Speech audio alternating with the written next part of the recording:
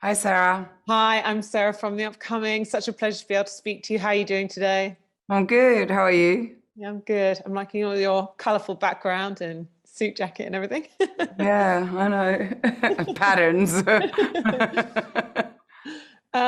So maybe you could kick off with an introduction to this film. I mean, completely original, both in, the content, but also the way it mixes genre. Really exciting and fascinating. But how would you go about describing a bit about the film? What can people expect if they go to watch it? I would say it's a film about motherhood, a family drama with just one odd element. I would love to advise people to not watch the trailer, to actually just go and see it. Um, But I think what I love about the film from the very first time I read the script is like the simplicity that it's a very sober and simple and kind of um, there's not a lot of layers. There's no additions. It's kind of rather scaled off, and there's only one thing that's kind of is a bit awkward or like wrong or different, but everything else is really um it's like a severe kind of tenderness, and like it's a strange movie, Mm. but yeah. And, a challenging role to take on. When you read the script, what was it that appealed to you about it? And did you even expect for yourself, just from reading it at first, what it was going to look like in the end and where the story would really go in terms of also, the visual effects and the soundtrack and everything that has gone into the final picture?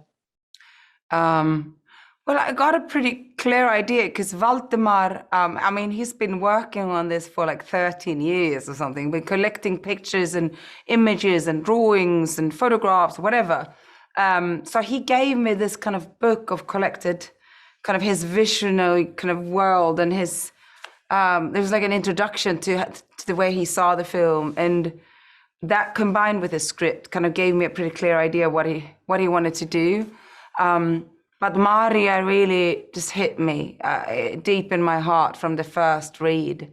Her kind of broken heart and how she's kind of struggling and just holding on to life and just getting on with her life, even though she lost a significant part of herself. And how her kind of desperate will to be a mother again, and how she fights for that. I just found it so unique and so intriguing.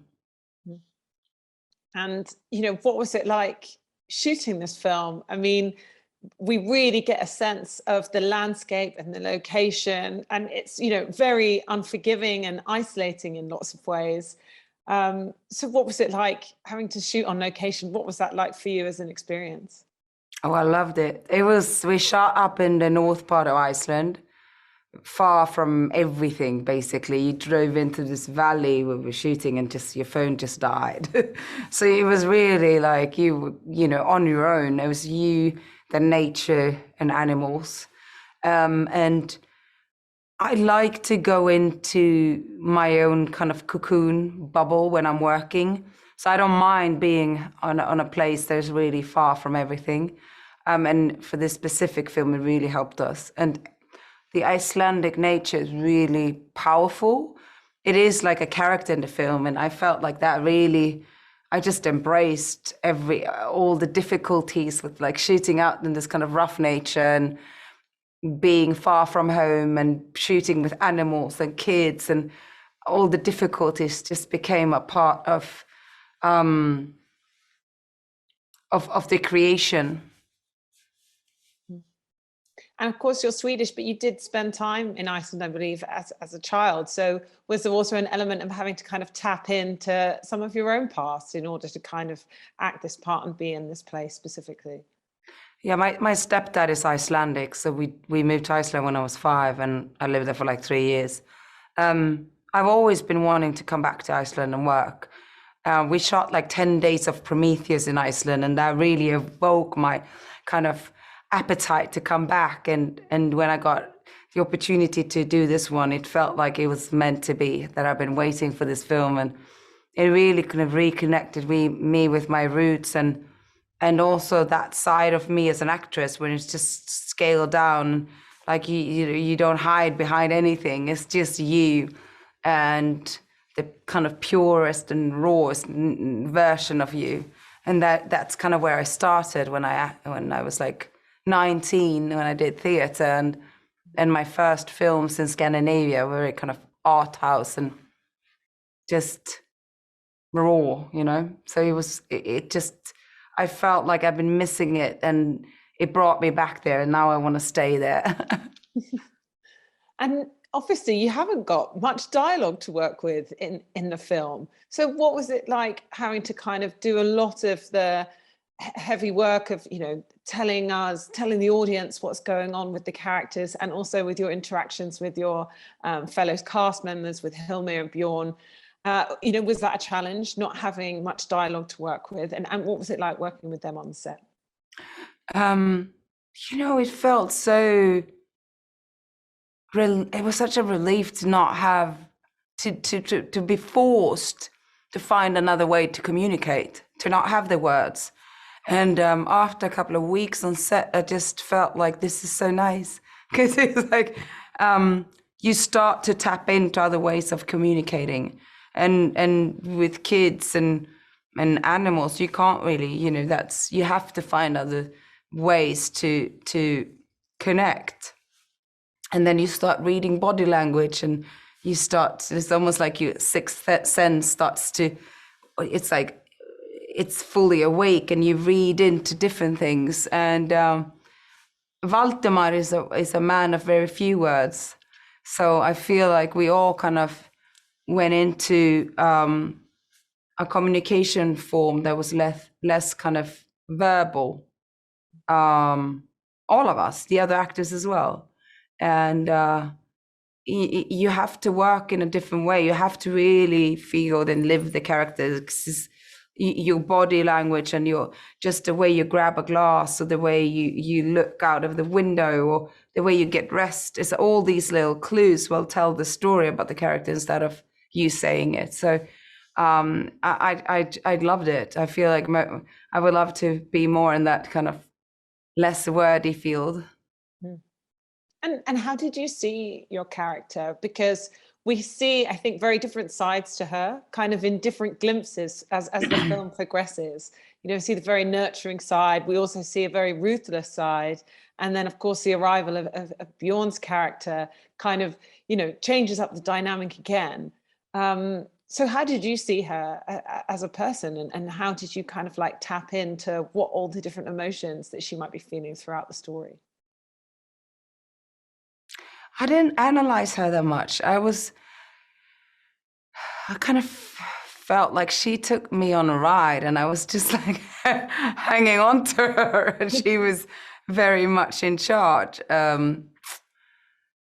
She carries so much pain, and she is basically, I would, you know, in the beginning of the film, it's almost like she's on a 50%, you know, and she shut down a lot of emotional, you know, inner rooms to be able to function. And then slowly, bit by bit, throughout the journey in the film, she starts to open up more, and she allows herself to feel, and she dances, and she makes love to her husband, and she's like slowly coming back to life. And you know, when you are in that much pain, and you lost something, you know, I think that you excuse yourself, and you are excused to maybe behave in certain ways that might be seen as violent or brutal, you know. And her need to be a mother again, and what she's ready to do and prepared to do to defend that is so strong. So she doesn't see any other colors or any other angles, or her perspective is very, she's kind of tunnel vision. Mm. And I think what is really interesting about the film is the kind of like the tonal shifts and the way it does cut across genre. So do you see it as kind of a horror, a thriller, but, you know, and then there's also moments that can seem kind of funny, even if it's a a Yeah. kind of darkly comic thread. So where did you see it sat within that genre, and why do you think that can be an interesting medium also, almost to tap into some of these issues in a different way? Uh, I'd say that it doesn't belong to any genre really, that it kind of has its own space, and it's, as you say, it does flirt with different genres, but it doesn't really commit to anyone. and I mean, for me, the best pieces of art is just free, and you don't need to place it in a box. It's a family drama, but it does lean into folklore, to a little bit of horror. It's definitely, you know, has comedic elements. Like, we were laughing on set. There were so many situations. It was just hilarious, and we're like, "What are we doing?" You know, I'm like, and it was just. I feel like we just, like the way it is in life, we just embraced it all. And as we've kind of touched on a few points already, but what do you think are those themes that come out of watching it? You know, I think, yeah, things about loss, kind of the anxieties involved in becoming a parent, and almost the more, you know, formidable nature of nature itself. You know, we shouldn't try and go against it. So, you know, what do you think are some of those themes, and what do you think people will take away from watching it? I mean, if you look at what we've done, the human race, how we treat nature, how we treat animals, we are very greedy and quite ignorant. And, you know, seeing it from that angle, I totally, you know, in the end, you can feel like nature's like taking back something that I took that didn't belong to me, as in Maria. And for it was kind of, you know, I remember one day I was out on the mountain, just standing there, and it's like the wind was just like kind of slapping me in my face, and tears just like pouring out of my nose and my eyes. And I was just standing, I was like, I'm so small here, you know. This is like, nature is so powerful, and I'm just a little piece of something in this universe. And I think it's time for us to humble up and to be more responsible, and use our minds and brains, and not let greed and, you know, and not be so short-sighted in our approach to things. But I do think it deals with quite classical matters, you know, grief, family, life, relationships, falling in love, falling out of love, finding a way back to your partner. You know, and that's what makes it maybe that's one of the reasons why it does seems to connect with people all over the place, like all over the world. It's like, you know, I read somewhere that boys between 16 and 18 in the US gave it like 9 out of 10, which is like mad. I was like, wait, what? They like this film? Which is super weird for me. My son loved it, and he's 18, and I was really surprised. So I think it has this kind of, some kind of universal human simplicity to it. And, you know, how do you see the trajectory of your career, you know, since your kind of breakout role, if you like, you know, in Girl with the Dragon Tattoo, and you've done what seems like such a range. And then also, you know, can you tell us a bit about things you might have coming out? I don't know if we'll ever get to see The Price, and also the TV show Django. Yeah, wow. I never want to repeat myself. I try to challenge myself and be brave, and take on parts and go into projects where it feels a bit uncomfortable to be. It's like, oh, this is not safe. And then it's like, this is good, Noomi. You know, and I just finished Django 2 weeks ago, which has been amazing. I love my character. She's definitely one of my favorite characters so far. She's mental and beautiful and brutal and violent, and with a big, broken, bleeding heart. I have a couple of things coming out next year. So I'm in a place in my life when I feel very blessed and very lucky. I've been working with amazing people, and for many years I was chasing things, maybe not roles, but chasing something, and maybe running away from myself and from my past and things I hadn't dealt with. And now I feel like I'm in a place when I'm like, I'm not running away from anything, and I'm not running towards anything. I'm actually just here talking to you, Sarah, which is like a really, it's a good place to be, because I feel like I'm aware and awake, and I haven't really felt that way before. So I'm excited about the future in a way that is new for me. Oh, that seems like a brilliant place to stop. So thank you so much for your time, and congratulations on this wonderful film, and can't wait to see your future projects like Django. So thanks a lot. Bye. Thanks, Noomi. Bye.